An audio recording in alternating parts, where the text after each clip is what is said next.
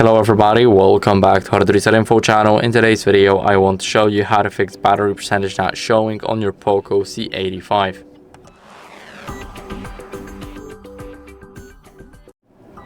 So first, what you guys want to do is enable the battery percentage in these settings. So it's not available on some devices, but for this one it is, and I'm going to show you how to find it.